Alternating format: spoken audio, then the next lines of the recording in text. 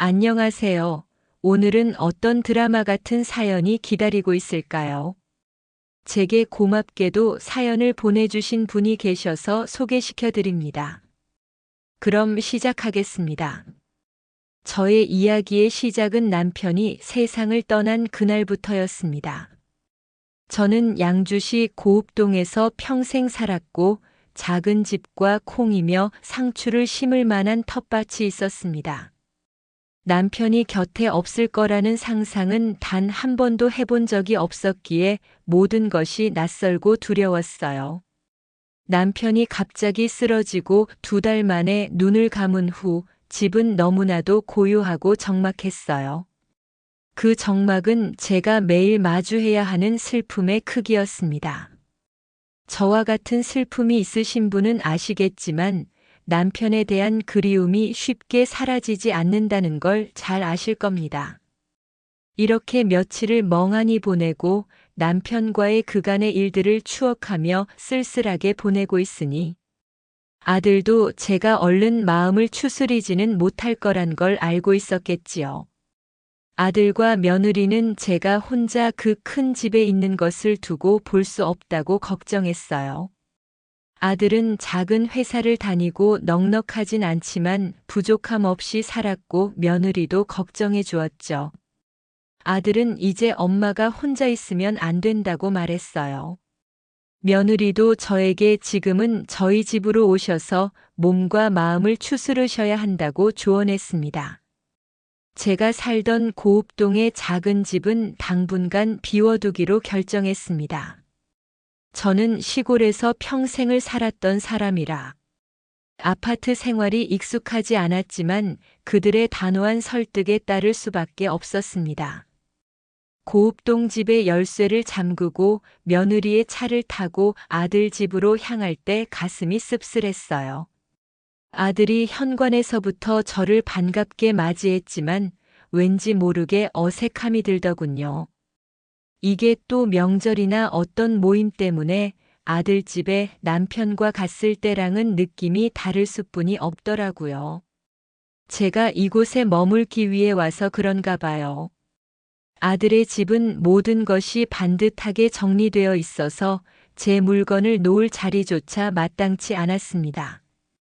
제가 쓰게 된 작은 방은 손주가 쓰던 물건들로 가득 차 있어서 숨 쉬는 공간이 좁다고 느껴졌습니다. 방 한쪽에 쌓아둔 내 보따리에서 시골 냄새가 날까봐 조심스러웠고 작은 흙 알갱이라도 떨어질까 방바닥을 손으로 훔쳤죠. 아들의 형편은 넉넉하지 않았지만 부족하지도 않았기에 제 생활비를 따로 드리는 것은 미안한 일이었습니다. 아들은 나중에 저에게 엄마가 오시니 생활비가 아주 조금 더 드는 것은 맞지만 신경 쓰지 말라고 언급했죠. 저는 아들의 말에 미안하면서도 제가 아들에게 짐이 되는 것은 아닌가 하는 걱정이 밀려왔습니다. 제가 평생 텃밭을 일구면서 집안일을 하고 먹거리를 만들고 그런 일상을 제가 하고 싶은 대로 했었지만 이 집에서는 최대한 아들 부부에 맞춰가면서 살아야겠다라고 생각했어요. 며느리는 제가 들어온 첫날부터 집안의 규칙을 조심스럽게 설명했어요. 모든 물건은 제자리에 두는 것이 나중에 찾기 쉽고 정리가 되어 보인다고 말했죠. 며느리는 물건이 하나라도 제자리를 벗어나면 표정이 굳어지더라고요. 저는 시골에서 살던 방식대로 음식을 조금씩 남기거나 싸는 것을 좋아했는데 이곳에서는 매우 달랐어요. 며느리가 늘 완벽하게 정리된 싱크대와 냉장고를 보여줄 때마다 저는 주방에 들어서기가 조심스럽고 냉장고에서 무언가를 찾는 것도 눈치 보이더라고요.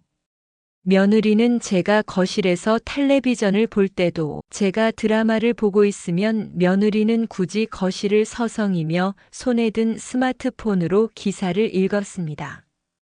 그러다 갑자기 텔레비전 앞으로 다가와 리모컨을 들고 소리를 낮췄습니다.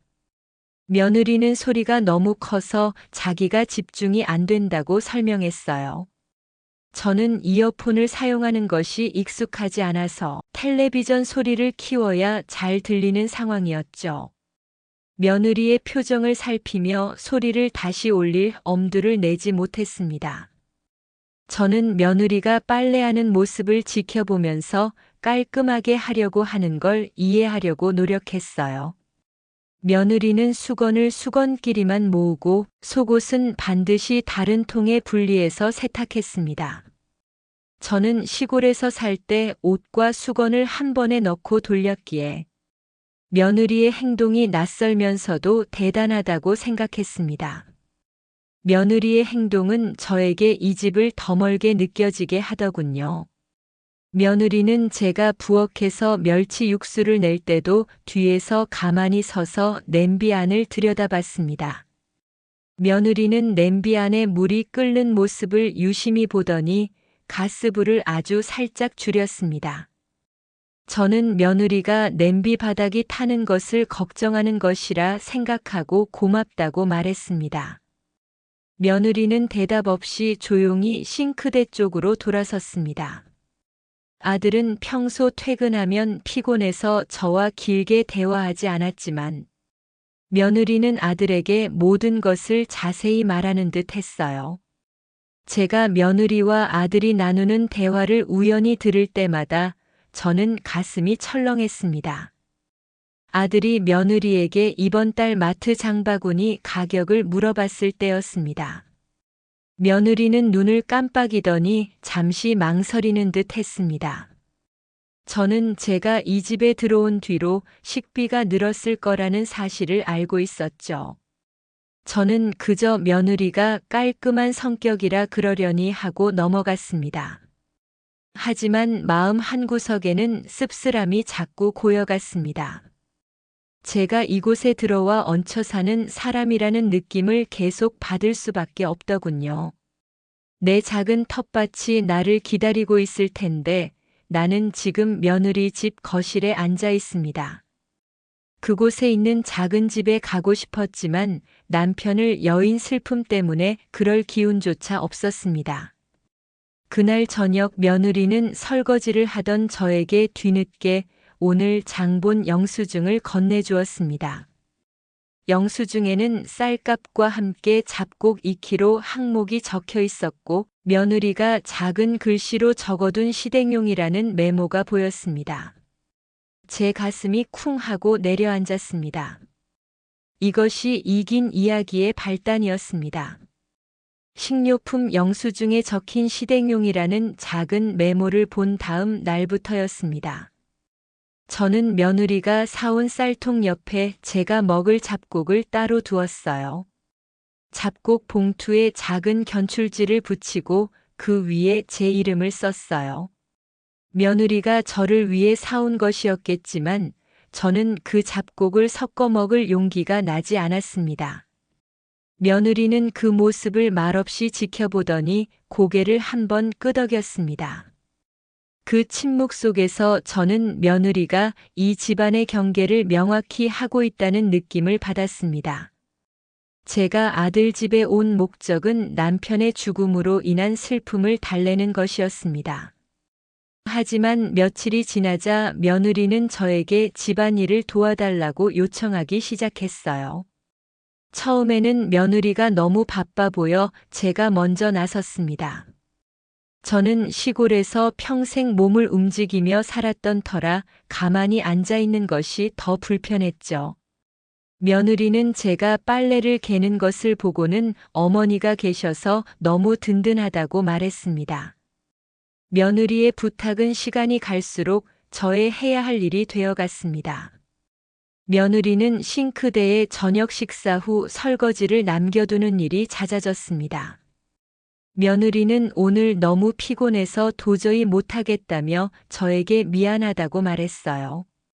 저는 며느리의 피곤한 얼굴을 보니 모른 척할 수가 없어 묵묵히 고무장갑을 꼈습니다. 며느리는 설거지가 끝날 때까지 거실 소파에 앉아 텔레비전을 보고 있었습니다. 며느리가 저에게 처음으로 부탁을 한 것은 화장실 청소였습니다.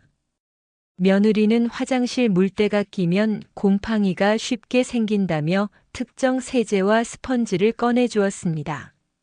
며느리는 흰색 타일 틈새를 이 스펀지로 문질러야 한다고 아주 자세하게 설명했어요. 저는 시골에서 쓰던 방식대로 락스를 물에 희석하여 청소했는데 며느리는 그 방식을 탐탁지 않아 했습니다. 며느리는 주방의 식재료 관리에 더욱 철저했습니다. 제가 텃밭에서 가져온 채소들은 며느리의 냉장고 속에서 자리를 잡기 어려웠습니다. 며느리는 제가 가져온 시금치를 보더니 뿌리를 너무 많이 잘라냈다고 지적했어요. 영양분이 뿌리에 다 있다며 다음부터는 이 정도만 남겨야 한다고 손가락으로 가리켰습니다. 제가 부엌에 들어갈 때마다 며느리는 냉장고와 찬장의 위치를 굳이 다시 정리하곤 했습니다. 저는 마치 제가 물건을 어지럽힌 사람처럼 느껴져 미안한 마음이 들더라고요. 며느리는 이제 제가 아침에 일어나자마자 집안의 모든 수건을 수거해 세탁기에 넣는 것을 당연하게 여겼습니다. 세탁기가 돌아가는 소리를 들으면서 저는 남편이 세상을 떠난 후 저에게 남은 것이 무엇인가 생각했습니다. 그것은 눈에 보이지 않는 의무감과 외로움뿐이었어요. 저는 며느리의 모든 요구를 군말 없이 따랐어요. 이것이 제가 아들 집에서 평화롭게 살 수 있는 유일한 길이라고 생각했죠. 며느리는 어느 날 저에게 자신이 사용하는 고가 브랜드의 흰색 식기를 보여주었습니다. 그리고는 앞으로는 이 그릇들은 제가 설거지해달라고 말했어요. 다음 날 며느리는 식기 세트의 작은 접시 하나를 가져와 제 앞에 두었습니다. 접시 테두리에는 아주 미세한 물때 자국이 보였어요. 며느리는 제 눈을 피하지 않고 단호하게 말했습니다. 어머니, 이 식기는 손으로만 닦아야 해요. 식기세척기에 넣으면 코팅이 벗겨지니까요. 그런데 저는 식기세척기를 잘 사용 못해요. 제 나이와 비슷한 연배이신 분들은 아실 겁니다. 시골 노인네가 이런 걸 다루기가 힘들거든요. 저는 며느리의 지시에 따라 그 접시를 다시 닦아야 했습니다. 며느리는 설거지하는 저를 뒤에서 한동안 지켜보더니 거실로 나갔습니다. 저는 며느리가 저를 식모처럼 부린다는 생각을 이제 더는 외면할 수 없었어요. 제가 손에 쥐고 있는 행주가 무겁게 느껴졌습니다. 무언가를 하면 뭔가가 불만인지 잔소리하고 싫어하는데 이해하려던 마음이 너무 상처가 되더군요. 저는 그날 아들에게 며느리가 자신을 너무 힘들게 한다고 처음으로 운을 띄웠습니다. 아들은 텔레비전을 보다가 제가 말을 시작하자 소파에 깊숙이 몸을 묻었어요. 제가 며느리가 저에게 청소를 시키고 빨래며 반찬 식사 준비까지 모든 걸 맡긴다고 말했죠. 그리고 어느 정도 이해하지만 엄마가 하는 일에 너무 지적을 하며 싫어하는 티를 내는 게 힘들다고요. 아들은 저를 잠깐 쳐다보더니 무심하게 대꾸했습니다. 엄마, 그냥 좀 맞춰줘. 며느리 원래 깔끔한 거 알잖아. 아들은 제 말을 듣지 않고 채널을 돌렸고 저를 위로해주는 말 한마디 하지 않았어요. 위로는커녕 오히려 며느리의 편에 서서 저에게 양보를 하라는 듯이 말했죠. 아들의 단 한 문장이 제 가슴을 쿵 내려앉게 만들었습니다. 그날 이후 저는 아들에게 단 한 번도 며느리와의 일을 말하지 않았습니다. 저는 아들에게 더 이상 말을 하면 괜히 분란만 일으키고 또 한편으로는 아들의 무심함에 서운하기도 했었어요. 이것이 제가 이 집에서 겪어야 할 시련의 시작이었습니다. 며느리가 저에게 다림질을 부탁했을 때 저는 제가 이 집의 식모나 다름없다는 사실을 인정해야 했습니다. 며느리는 자신이 세탁소에 맡기는 것보다 어머니가 해주는 것이 더 정갈하다고 말을 했어요. 며느리는 자신의 안 쓰는 옷들을 가져와 저에게 다림질을 부탁했고, 저는 다리미판 앞에서 김을 쐬며 정체 모를 허탈감을 느꼈습니다. 저는 완벽한 식모처럼 행동하며 매일을 버텼습니다. 며느리는 이제 집안 일뿐만 아니라 저의 개인적인 서류에까지 노골적인 관심을 보이기 시작했습니다. 어느 날 저녁 며느리는 저에게 식탁에 앉으라고 권했습니다. 며느리는 차를 한 잔 내어주며 아주 조심스러운 말투로 말을 시작했어요.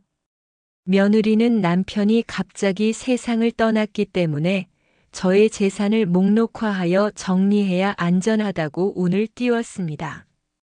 며느리는 저를 걱정하는 것처럼 보였어요. 하지만 여기 와서 느낀 건 말 안 해도 다들 아시겠지만 며느리의 말을 좋게만 받아들일 수 없었어요. 어머니, 아버님이 드신 사망보험금이 정리되었죠? 제가 봐드릴게요. 며느리가 걱정해 주듯이 말했어요. 우리 부부가 시골에 살면서 뭐 얼마나 대단한 보험을 들었겠어요. 그저 작은 보험 하나죠. 저는 보험금은 제가 직접 관리하겠다고 담담하게 대답했어요. 며느리는 순간 당황한 듯 했지만 이내 미소를 지었습니다. 며느리는 저에게 시골 노인이 복잡한 금융거래에 익숙하지 않아 손해를 볼 수 있다고 말하면서 자신이 은행원 친구에게 조언을 들었다며 절세에 도움이 되는 방법을 알고 있다고 구체적으로 말했어요. 저는 집안에서 이제 내가 마음 편히 할 수 있는 게 없다는 것이 너무 짜증나기 시작했어요. 며느리는 그날 저에게 예금 잔고 증명서와 남편의 보험 증서를 모두 가져오라고 요구했습니다. 며느리는 저의 모든 자산을 파악해야 효율적인 관리가 가능하다고 강요하듯이 말했어요. 저는 제가 시골 사람이라 은행 거래에 익숙하지 않았기에 며느리의 도움을 받아야만 했습니다. 며느리가 안내하는 대로 은행에 가서 서류를 떼어오자 며느리는 서류를 들고 거실 소파에 앉아 한참을 들여다보더군요. 며느리의 얼굴에는 약간 뭔가 서운해하는 눈치가 보였어요. 그럴 수밖에요. 보험이라 해도 얼마 안 되는 작은 거였는데. 며느리는 저에게 이 모든 재산을 아들에게 증여하는 것이 증여세를 아끼는데 도움이 된다는 말을 하였어요. 저는 증여세라는 전문적인 용어를 듣고 가슴이 철렁했습니다. 며느리는 제가 재산을 관리하지 못할 것이라고 마음대로 판단하고 자신이 아는 재무 전문가를 만나 이야기를 들어보자고 집요하게 요구했습니다. 며느리는 제가 거절할 틈도 주지 않고 남편의 사망보험금으로 받은 돈을 아들 명의의 연금 저축계좌에 넣는 것이 좋다고 말했어요. 며느리는 이 돈을 자신이 관리하면 매달 저에게 필요한 생활비를 지급하겠다고 구체적인 계획을 설명했어요. 며느리는 저의 돈이 자신의 손으로 들어와야 안전하게 보존된다고 아무렇지 않게 말하더군요. 어머니는 쉬세요. 돈 관리는 저희가 할게요. 며느리가 말했습니다. 저는 며느리의 행동이 저를 업신여긴다고 생각했지만 아들이 며느리의 편을 들까봐 침묵했습니다. 저는 보험금과 통장을 며느리에게 모두 넘겨줄 수 없었어요. 제가 버틸 수 있는 마지막 자존심이었습니다.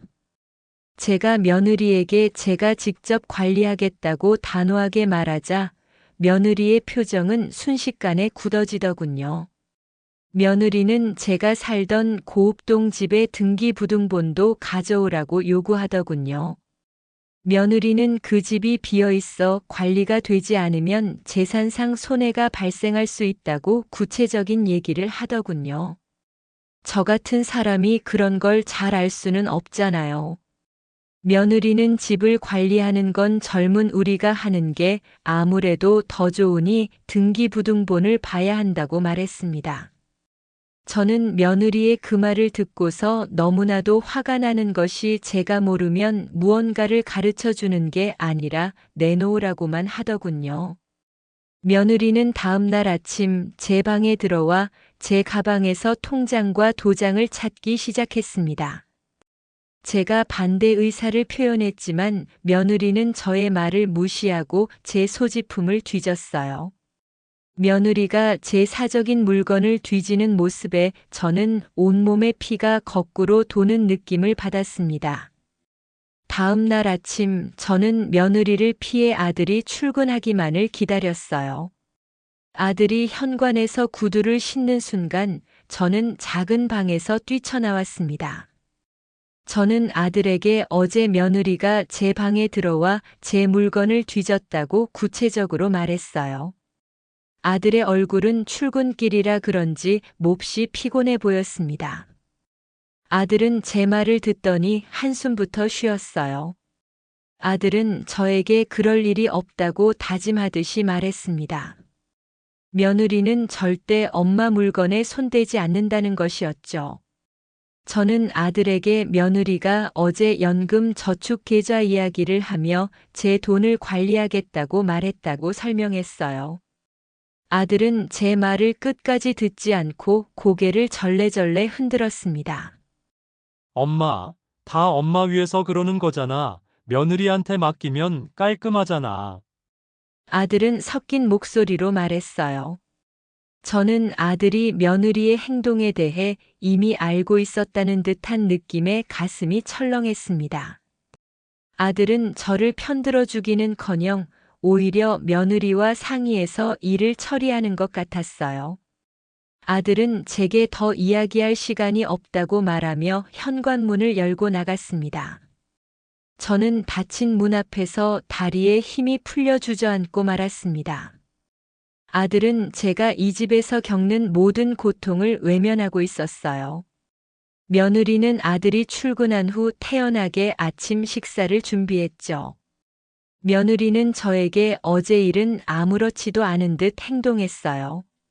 저는 며느리에게 더 이상 내 뜻을 강하게 비추지 않으면 저의 원하는 바가 다 사라질 것 같았어요. 저는 마음을 굳게 먹고 며느리에게 제 통장과 도장은 절대 줄 수 없다고 단호하게 말했어요. 그러자 며느리의 얼굴에서 미소가 완전히 사라졌어요. 며느리의 차가운 표정은 정말 남한테나 보이는 그런 모습이었죠. 어머니가 재산을 제대로 관리하실 수 있을까요? 며느리가 무시하듯이 말했습니다. 며느리는 제가 시골 노인이라서 복잡한 재테크나 금융 상품을 이해하지 못할 것이라고 마치 아이들에게 가르치듯이 말했어요. 저는 며느리의 말에 불쾌했지만 사실 제가 그런 걸 잘 알지 못하니 조용히 있었죠. 며느리는 그날 이후부터 저를 투명 인간 취급하기 시작했습니다. 며느리는 제 앞에서만 조용히 움직이고 저와 눈을 마주치는 일조차 피했어요. 저는 이 집의 공기가 저를 질식시키는 듯한 느낌. 그리고 소외되고 있는 이 상황 정말 겪어본 사람만이 이 답답함을 알 거예요. 며느리는 저에게 집안일을 부탁할 때도 이제 말로 하지 않았습니다. 며느리는 손녀의 더러워진 옷을 제 방문 앞에 던져두고 갔어요. 빨랫감 더미 위에는 세탁 방법이 적힌 작은 쪽지가 붙어 있었습니다. 쪽지에는 옷감별 세탁 온도와 탈수 강도까지 구체적으로 적혀 있었죠. 저는 며느리가 저를 하인처럼 부린다는 모욕감에 치를 떨면서 그 쪽지를 구겨서 쓰레기통에 버렸죠. 며느리의 통제는 주방으로까지 이어졌습니다. 며느리는 냉장고에 사용 금지라고 적힌 테이프를 붙여두었어요. 테이프는 며느리가 아끼는 유기농 식재료가 들어있는 칸에 붙어 있었어요. 제가 그 칸에 멸치 육수용 디포리를 꺼내려고 하자 며느리가 칼같이 달려왔습니다. 어머니, 이 디포리는 손님 접대용이에요. 어머니는 저쪽 걸 쓰셔야 해요. 며느리가 낮은 목소리로 말했습니다. 며느리는 제가 먹을 것과 손님에게 내어줄 것을 명확하게 분리했습니다. 저는 제가 이 집에서 손님 이하의 존재로 취급되고 있다는 사실을 깨달았어요. 저는 그날부터 며느리가 붙여둔 테이프 쪽으로는 고개도 돌리지 않았습니다. 며칠 후 저는 감기 기운이 심하게 돌아 온종일 방에 누워 있었습니다. 아침에 일어나니 머리가 깨질 듯이 아팠고 몸에 열까지 났어요. 저는 며느리에게 제가 몸이 아프다고 작은 소리로 말했죠. 며느리는 제 방으로 들어오지 않고 문 밖에서 묻기만 했어요. 어디가 아프세요? 며느리가 물었어요. 열이 좀 나는 것 같고 머리가 깨질 듯 아프다. 제가 대답했어요. 며느리는 저에게 감기약을 사주기는커녕 제가 혹시 손녀에게 감기를 옮길까봐 염려하는 듯 했어요. 며느리는 제 방 문고리를 잡고 냉정하게 말했습니다. 어머니, 그럼 오늘은 방에서 절대 나오지 마세요. 손녀 감기 걸리면 안 되잖아요. 며느리는 문을 닫기 전 저에게 귤 한 바구니를 문 앞에 두었습니다. 그것은 저를 방에 가두는 상징처럼 느껴졌어요. 아들이 퇴근하고 돌아왔지만 아들 역시 제 방문을 열어보지 않았습니다. 저는 며느리와 아들이 저를 이 집의 불청객으로 취급하고 귀찮아하는 느낌을 받아 서러웠습니다. 감기 몸살로 방에 갇혀 지낸 지 사흘째였어요. 며느리는 문 밖에 밥그릇과 물을 놓아두고 저에게 절대 나오지 말라고 말하더군요. 답답함에 나가고 싶지만 그럼 또 얼마나 저에게 잔소리를 하고 싫어할까요? 저는 마치 감옥에 있는 사람처럼 느껴져 서러웠습니다. 아들은 밤늦게 퇴근했지만 여전히 제 방문을 한 번도 열어보지 않았어요. 저는 아들이 현관에서 며느리에게 엄마 괜찮아? 라고 묻는 소리만 들었을 뿐입니다. 며느리는 제가 쓰는 방에 플라스틱 물병 하나만 두었어요. 물을 금방 마시면 다시 떠달라고 말하기 어려워서 그 물마저 아껴 마셔야 했죠. 제가 견디기 힘들었던 건 며느리의 노골적 행동이었어요.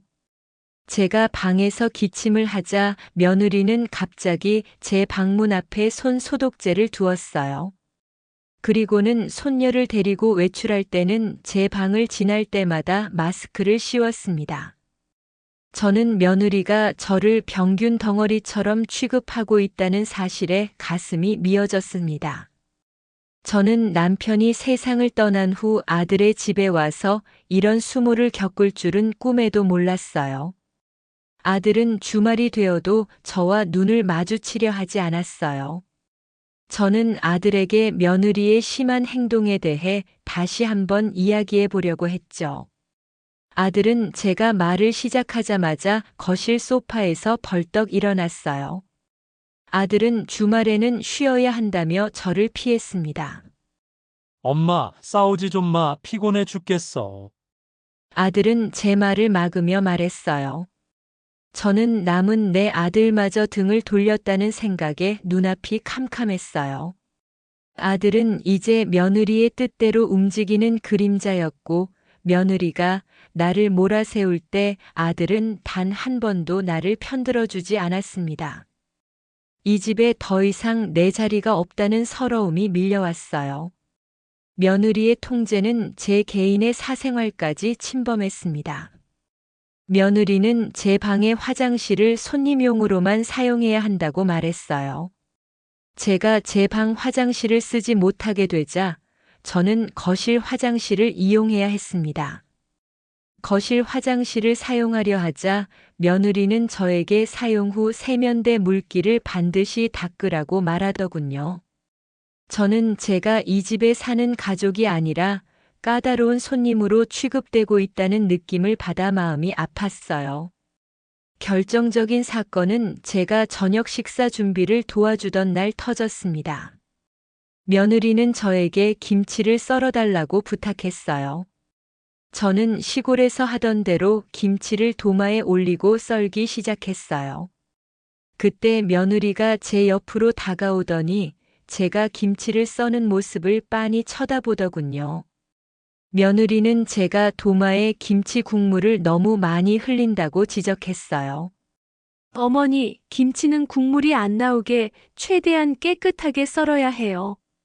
며느리가 잔소리하듯 말했어요. 김치는 원래 국물이 생기는 거지. 저도 모르게 말이 나왔어요. 며느리는 제 말에 대꾸하지 않고 갑자기 냉장고 문을 열더니 거기서 깨끗한 김치통을 꺼내 김치 썰던 도마를 통째로 가져갔습니다.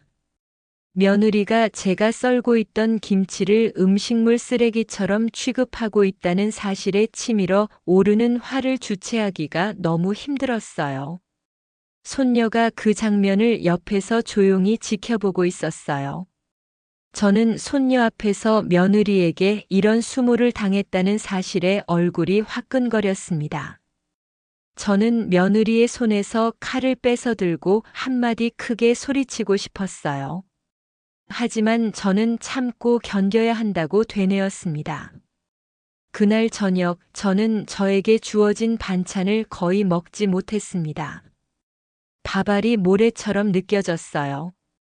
저는 이 집을 나가야겠다고 결심했습니다. 제 작은 집으로 돌아가서 차라리 혼자 살겠다고 생각했어요. 며느리와 아들에게 더 이상 시달리고 싶지 않았습니다. 며느리가 썰던 김치를 음식물 쓰레기처럼 취급했을 때 더 이상 이 집에 머물 수 없다고 결심했어요. 밥알이 모래처럼 느껴지던 그날 저녁, 저는 조용히 짐을 싸기 시작했습니다. 제게 남은 것은 남편의 사망보험금 일부와 제가 쓰던 통장뿐이었어요. 며느리가 재산 관리를 요구했을 때 제가 그래도 이것만은 지키고 있었죠. 저는 며느리가 눈치채지 못하도록 짐을 조금씩 정리했어요. 속옷이나 양말 같은 작은 물건들을 비닐봉지에 담아 제 방 구석에 숨겼습니다. 시골 사람이라 짐이 많지 않아서 다행이었죠. 제가 가장 걱정했던 것은 며느리가 통장과 도장을 다시 찾아내려고 제 방을 뒤지는 것이었어요. 그래서 저는 통장과 도장을 옷 속에 깊숙이 감추어 두었어요. 그리고 그날이 왔습니다. 며칠 후 저는 며느리가 손녀를 데리고 문화센터에 간다는 말을 듣고 그날이 바로 제가 나가야 할 때라고 생각했습니다. 오전 10시 며느리와 손녀가 현관문을 닫고 나간 후 저는 온몸이 떨리는 긴장감을 느꼈어요. 저는 비닐봉지에 담은 짐을 낡은 보자기에 싸서 어깨에 둘렀습니다.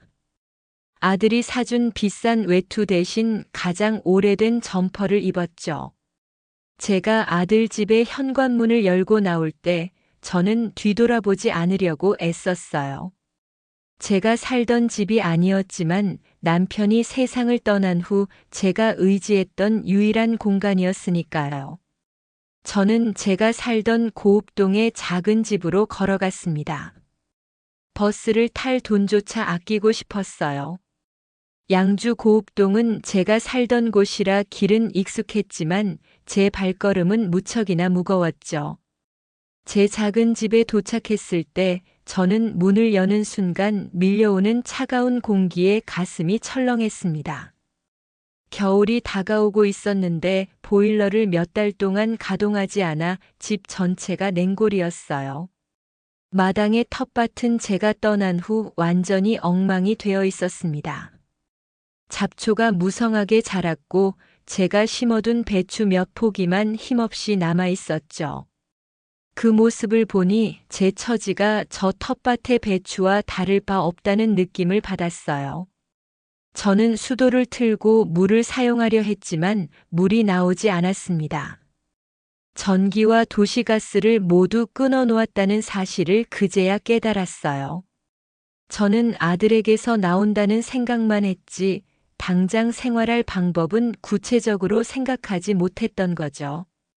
저는 방 한 구석에 짐을 풀고 얇은 이불을 덮었지만 추위가 가시지 않았습니다. 해가 질 무렵 며느리에게서 전화가 걸려왔어요. 며느리는 제 방이 비어 있다는 사실을 알고 저에게 전화를 걸어온 것이었죠. 며느리의 목소리는 걱정하는 척했지만 그 안에 분노가 담겨 있었습니다.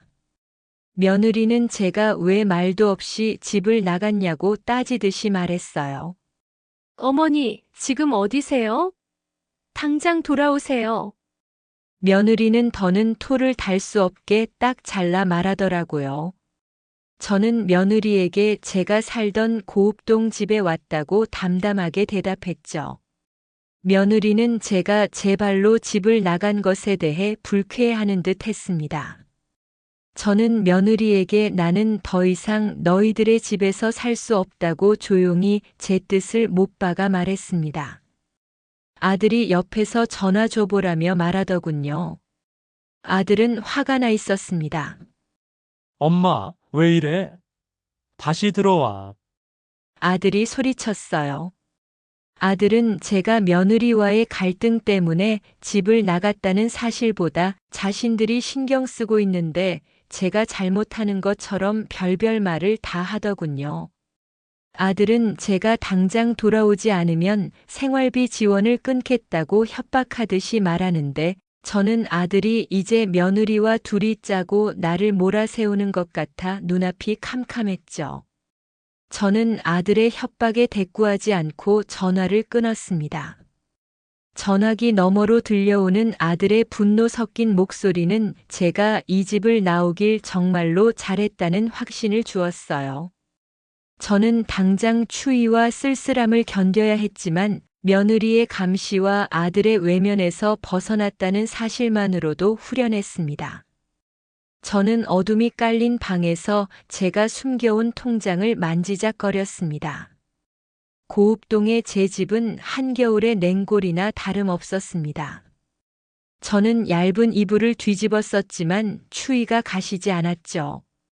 제가 숨겨온 통장의 돈을 조금 꺼내 전기와 도시가스를 겨우 연결했습니다. 며칠 동안 간단하게 끼니를 때우며 외로움을 견뎌냈죠. 아들과 며느리에게서 벗어났다는 후련함이 저의 유일한 위로였습니다. 그러던 어느 날 이웃 마을에 살던 부동산 중개인이 저에게 전화를 걸어왔습니다. 그분은 저에게 양주 고읍동 일대가 신도시 개발 예정지로 공식 발표되었다는 놀라운 소식을 전해주었어요. 저는 그 말을 듣는 순간 가슴이 철렁했습니다. 제가 살던 작은 집과 텃밭이 포함된 그 땅이 6배나 뛰어 약 10억 원의 가치가 되었다는 것이었죠. 저는 기쁘기보다는 이상하게 멍한 느낌이 들었어요. 제가 집을 비운 지 며칠 만에 아들과 며느리가 저에게 연락하기 시작했습니다. 그들의 목소리에는 이전에 제가 들었던 분노와 짜증이 완전히 사라져 있었습니다. 며느리는 제가 갑자기 집을 나간 것에 대해 미안하다며 저에게 사과했어요. 며느리는 지금이라도 저희 집으로 다시 들어와 편하게 지내야 한다고 극구 권하더군요. 저는 그들의 갑작스러운 태도 변화가 돈 때문이라는 사실을 알고 있고 그 두 얼굴에 정말 오만 가지 정이 다 떨어졌습니다. 그들은 여러 가지 반찬과 새 이불을 들고 제 집으로 찾아왔습니다. 아들은 제 손을 잡고 몸은 괜찮으신지 걱정했습니다. 며느리는 제 집안을 구석구석 청소하며 저에게 잘 보이려고 노력하는 듯 했죠. 과도하게 친절한 모습은 오히려 더 기분 나쁘고 속물처럼 보이게 만들었죠. 며느리는 집안일을 마친 후 자연스럽게 땅 매각 이야기를 꺼냈어요. 며느리는 저에게 땅값이 올랐으니 빨리 처분해야 한다고 재촉하듯이 말했죠. 며느리는 복잡한 서류 절차 때문에 제가 직접 처리하기는 어렵다고 조언했어요. 며느리는 자신이 아는 전문가에게 맡겨야 세금 문제도 깔끔하게 처리된다고 구체적으로 말했죠. 저는 며느리의 욕심에 마음 한편이 너무 씁쓸했습니다. 저는 며느리가 제 집에서 하루만 묵고 가겠다는 말을 듣고 겉으로는 허락했어요. 그날 밤 일찌감치 잠이 들었다가 작은 소리에 눈을 떴습니다. 잠시 후 거실에서 아들과 며느리가 조용히 대화하는 소리가 들려왔죠. 들으려고 한 건 아니지만 한편으로 듣게 되더군요. 진짜 10억 맞는 거지. 이 돈은 무조건 우리가 먼저 확보해야 해. 며느리의 목소리에는 작지만 흥분이 담겨 있었습니다. 아들도 작은 목소리로 며느리의 말에 동의하더군요. 일단은 엄마 명의로 공동계좌를 만들어야 해. 엄마한테는 용돈만 드리자. 아들이 조용히 말했습니다. 며느리는 아들에게 증여세를 최소화할 방법을 찾아보라고 말하더군요. 며느리는 이 돈을 그냥 두면 안 되고 투자해야 한다는 말을 되풀이했습니다. 그들의 대화에서 저는 없고 그저 아들과 며느리가 계획을 짜고 제 돈을 빼앗으려 한다는 사실에 가슴이 무너져 내리고 배신감에 드디어 마음을 먹을 수 있었어요. 다음 날 아들 부부에게 아무 말도 하지 않았습니다. 저는 곧바로 제가 믿을 만한 중개인을 찾아갔어요. 제가 시골 노인이라 복잡한 서류는 잘 모르지만 집과 땅을 하루빨리 처분하고 싶다는 제 뜻은 명확하게 전달했죠. 중개인은 제 단호하게 말하는 모습에 놀랐지만 개발 소식이 확실한 터라 매매는 빠르게 진행되었습니다. 며칠 후 제 통장에 10억 원이라는 큰 돈이 들어왔습니다. 저는 그 돈을 보면서 기쁨보다는 이상한 해방감을 느꼈어요. 며느리와 아들에게서 벗어날 수 있는 자유의 열쇠라는 생각에 마음이 후련했습니다. 저는 그 사실을 아들 부부에게 알리지 않았어요. 저에게는 이미 갈 곳이 정해져 있었기 때문이었죠. 저는 남편이 잠들어 있는 이천의 납골 땅 근처로 향했습니다. 제가 살 곳은 남편의 곁이어야 했어요.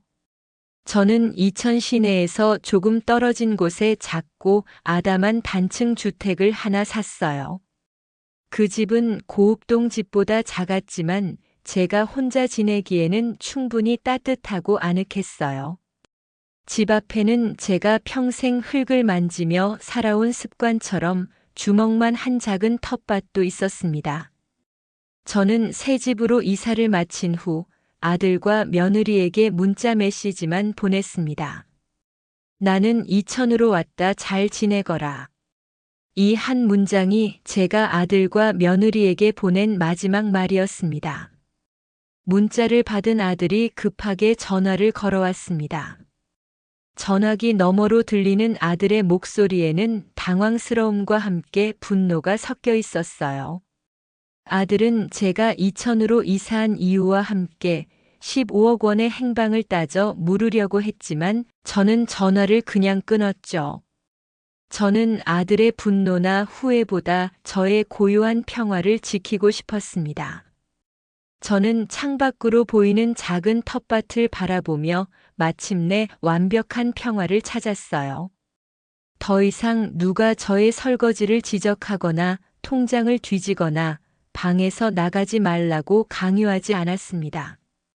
저는 이제야 남편을 잃은 슬픔 속에서 벗어나 진정한 홀로서기를 시작할 수 있었어요. 저의 새로운 삶은 남편의 곁, 이 고요한 집에서 시작된 것입니다. 저는 텃밭의 흙을 밟으며 생각했습니다. 내 돈은, 내 삶은 내 힘으로 지켜야 하는 거였구나. 이제 흙냄새를 맡으며 남은 제 삶을 오롯이 저만을 위해 살아가리라고 조용히 다짐했습니다. 구독자 여러분 잘 들으셨나요? 아시는 분도 계시겠지만 몇 년 전에 양주 신도시 개발 때 당사자가 겪은 사연입니다. 정말 가진 게 없는데 자식에게 외면당하면 얼마나 막막할지는 겪어보신 분은 잘 알 겁니다.